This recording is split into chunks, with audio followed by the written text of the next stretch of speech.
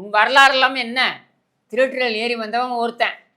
விபச்சாரியிடம் தகராறு செய்வது, தூர்தர்ஷன் ஆஃபீஸ்க்கு வெளியில் செய்தி வாசிப்பாளரை மவுண்ட் ரோட்டில் துரத்திட்டு ஓடுறது, என்னடா உன் வரலாறு? இப்படியான வரலாறை வைத்து கொண்டிருக்கின்ற நீ, மற்றவர்கள் கொள்கை தலைவர்களாக யார் வைத்திருக்கிறார்கள் என்பதை பேசுவதற்கு உனக்கு என்ன அருகதை இருக்குது? இன்பநிதிக்கு எப்போல்லாம் முட்டிக்கிட்டு வருதோ அப்போ போய் வாங்கி குடிக்கிற கொத்தடிமை கும்பல் தானே நீயே. நீ யார் கொள்கையை பற்றி பேசுவதற்கு?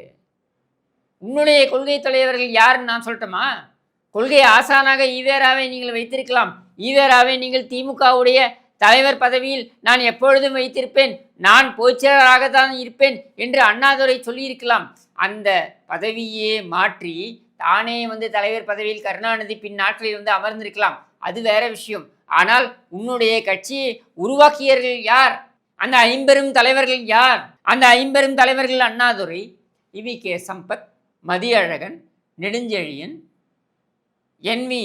நடராஜன், இவர்கள் எல்லோரும் சேர்ந்து உருவாக்கியதுதானே உன் கட்சி.